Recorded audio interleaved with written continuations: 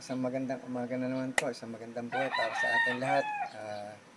Bago po ang lahat, tayo po magpasalamat sa Panginoon sa araw-araw na biyaya na pinagkakalob niya sa atin. Dahil pagising pa lang po natin, isang napakalaking biyaya na po kaagad ang kanya binigay. Kaya malapit lang po tayo magpasalamat sa Panginoon sa araw-araw sa ating buhay. Maraming salamat po, Panginoon, sa araw-araw na buhay na pinagkakalob niyo po sa bawat isa sa amin. Gabayan at ingatan niyo po ang bawat isa sa araw nito. Maraming salamat po. Bali, ano po tayo, chicken, ang version ko po ng chicken apritada. So, nag-init na po ako ng kawali. Bali, mag-saute na po tayo or mag-isa na po tayo ng mag-best friend, yung sibuyas bawang. So, yan, nag-uumaso na po yung aking kawali. So, ito po, pakikita ko po. Kahit ko nga po kung anong alam ko, yun po ang ipakikita ko po sa inyo. Bali, ayan na po ang ating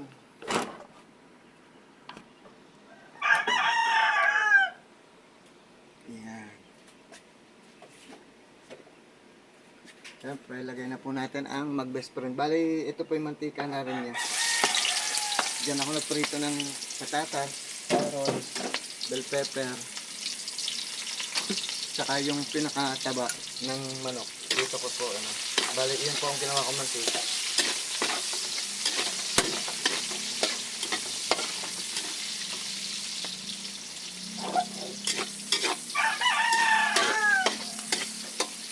Ito po ang version ko ng apritada. Maaaring may magkakatulad pero ito po kasi ang alam kong pamamaraan ng aking apritada.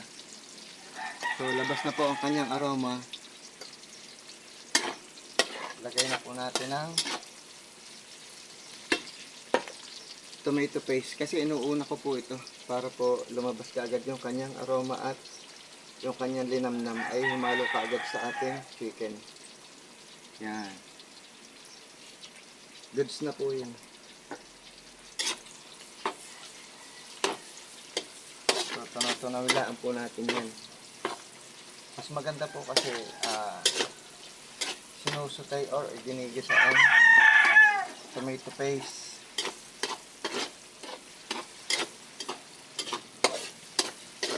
Bagay, nasa inyo po yun. Meron po kasing naglalagay sa karne na kaagad. Pero iba po yung ganito tunaw na kaagad kasi lalasa kaagad sa ating mga meat or sa mga karne natin. Katulad ng manok, yan.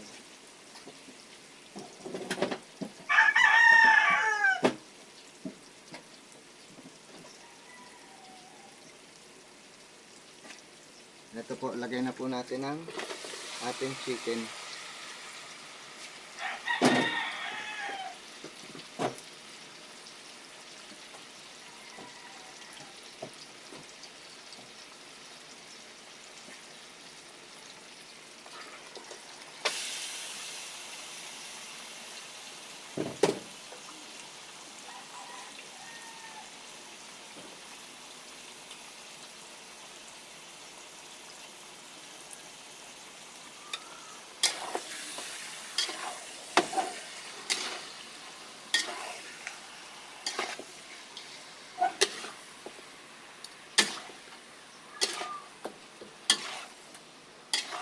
Kulay pa lang po, okay na.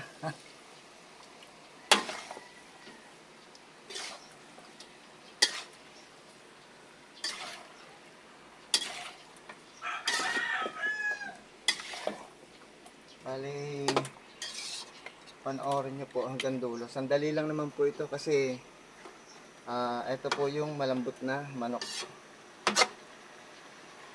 Pampaalat po natin dyan patis.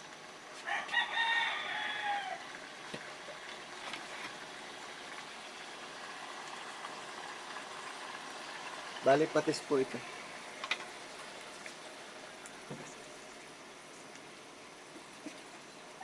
Anuhin na po natin, titimplahan na natin para habang lumalambot siya, habang naluluto, ika nga, ay lumalasa na sa laman.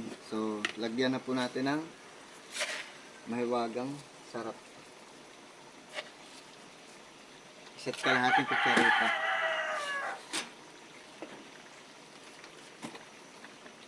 Siyempre, ang kanyang kamag-anak, wasak na paminta. Set karingat.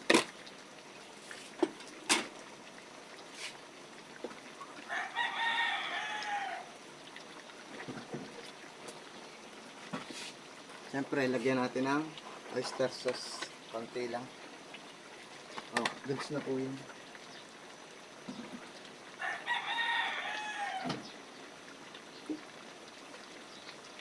Siyempre, lagyan na rin natin ng liquid seasoning para po lumasa na siya.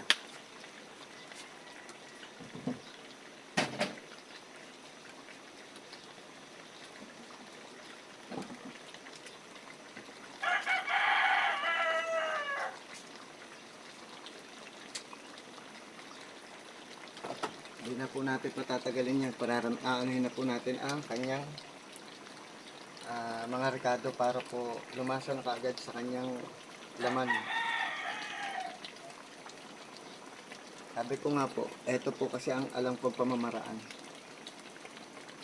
Isang simpleng ano lang naman po.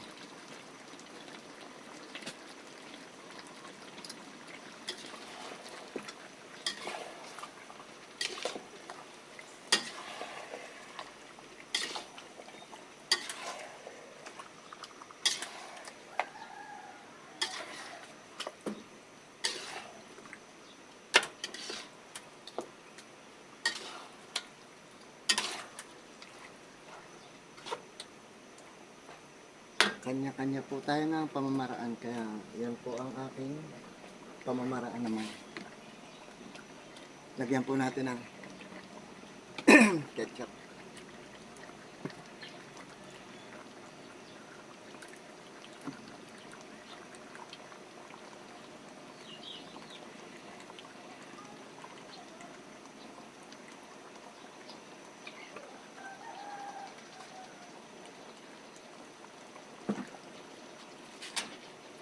Siyempre, hindi po mawawala ang ating Worcestershire sauce. Pampabango, pampalinamnam at pampasarap ng ating mga lutuin. Ito po talaga nakakapagpabango at saka sarap ng ating lutuin.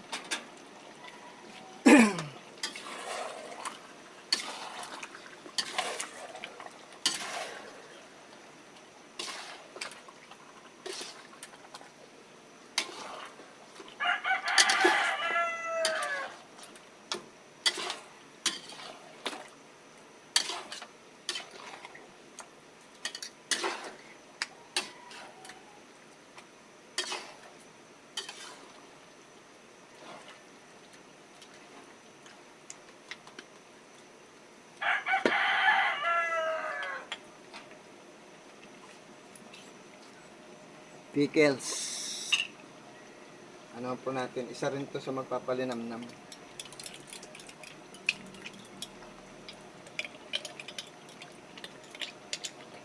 Kita nyo naman sa rekado pa lang. Paano hindi sasarap yan? Yung mga ganyan lutuin. Kaya lang, medyo halo nyo po kasi ang ilalim po nito baka maangi or magtutong. Kasi hindi pa siya nagsasabaw ng kanya. Yan. Ang bango.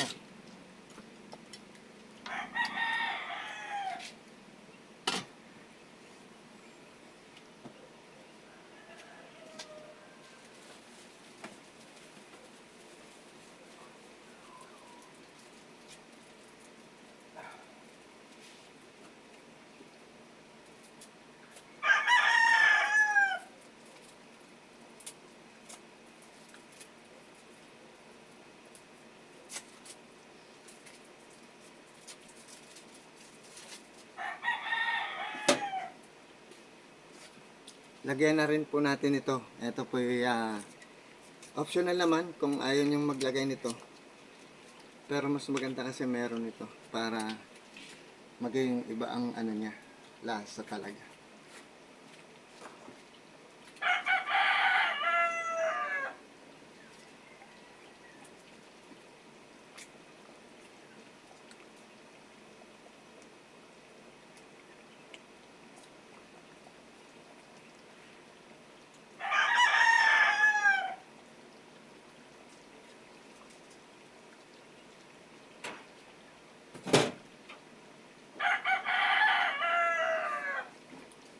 Bali, nasa inyo kung gusto nyo maglagay ng Eden cheese o hindi na. Kasi nasa inyo lang naman yun.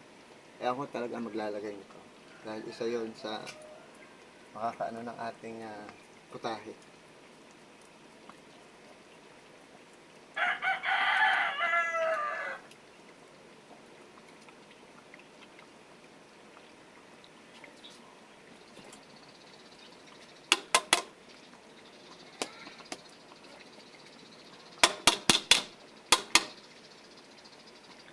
Ang ganda.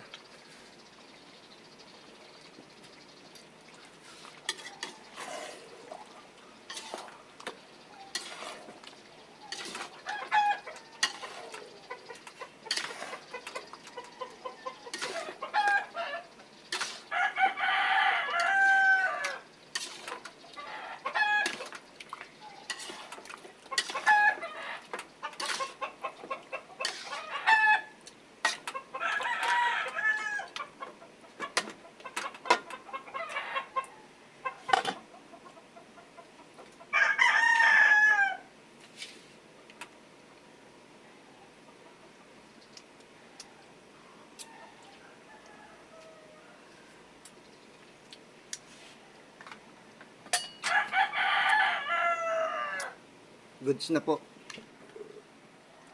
Bali, palalambutin lang natin yan. Okay na po yung mga timplang yan.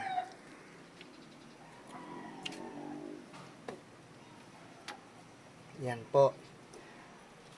Meron po tayong hindi ko pa pala napakikita sa inyo. So, eto na lang po idadagdag natin. At etong bell pepper, carrots, at patatas.